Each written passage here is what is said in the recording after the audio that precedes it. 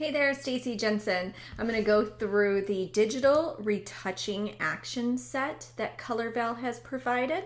So what you do here, and it is super simple to create commercial looks with this, is just play the actions and paint over the areas of the skin that are imperfect or that you want to correct, and then paint over the skin that you want to smooth. We can add a shine to the lips. Here is the after photograph, and here is the before. And this literally just takes seconds to do. The important thing here to remember, because it is a commercial edit, is that the pores are still visible.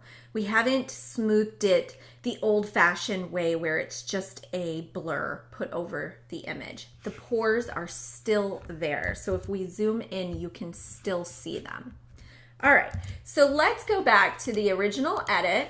And this is the set here, the digital retouching. It has some initial exposure fixes if you like to use Photoshop actions for that. We've actually edited this photo prior with the eluded eluded Lightroom presets to get this feel. The next thing we're going to do is go into the skin retouching. There's two options: without large blemishes and with blemish correction. And I like to use the blemish correction because that's how you can take away flyaway hairs and so forth. So let's go ahead and flatten and create a snapshot. This allows us to keep a record of where we're at. Before skin, I'm going to name it. Next, we're going to click the step 1. So we've labeled them so that it's pretty simple to follow along. And it lets you know that you're going to be using the healing brush, but that there's nothing you need to do because we've already selected it for you. It reminds you that it's important to look up to the top of your toolbar and check the box sample all layers. If you do not do this step and that box is not checked, you'll not be able to perform the skin retouching. So click continue. You're going to just zoom into the photo and start editing out any imperfections that you do not want there. And it's as simple as just walking around your photo, clicking is all you do. And you can do this fairly fast. You don't have to be perfect at it. So we're just going to do a few of them so that this video is fairly short. And I'm just clicking almost haphazardly because this part almost does all the work for you. Okay, I'm going to zoom in under her eye and take out some of this makeup that has fallen. And again, I just made my brush bit smaller and just have to click around and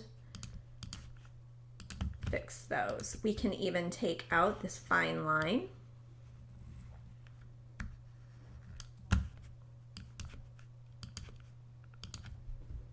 We can take out any stray hairs that might be there. As you can see, this is really easy to get great results with. And if you just want to zoom in and zoom out the entire time you're working so that you can find the little imperfections, and you just keep going over them until they go away exactly how you want them to.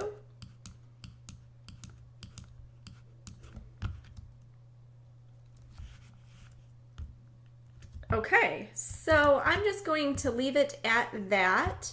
Let's go ahead and actually make my brush a little bit bigger and click around a few more of these spots. The next thing you do is perfect the skin layer, so the smoothness.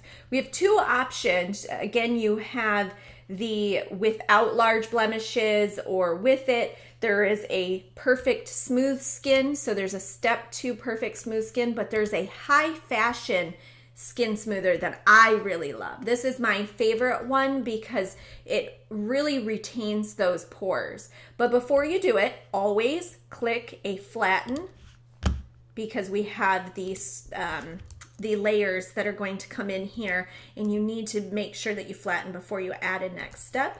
So we're going to do after blemish removal. And then just click the high fashion. Click play. It's going to change your brush for you. You just make sure that you're on the black layer mask and you start brushing the skin. So I'm going to just make my brush a little bit bigger. The important thing here when you're using something like this is that you stay away from the edges of the face, because edges need to be retained for contrast. So what I do is I make sure that my brush is small enough that I'm not going right over each of the edges like her chin line. And don't worry if this is too much at first. As you can see, the pores are still there, but we're going to dial down the opacity in just a minute. I'm clicking the vertical line on my keyboard so that I can see which places on the face have been retouched and which haven't. So now that I can zoom in and see, I'll be able to paint over those areas. So I'm just going kind of haphazardly. I stay away from the eyes. You do not want to smooth eyes. Okay, and then we're going to zoom out. We're going to get a larger brush and go over the shoulders.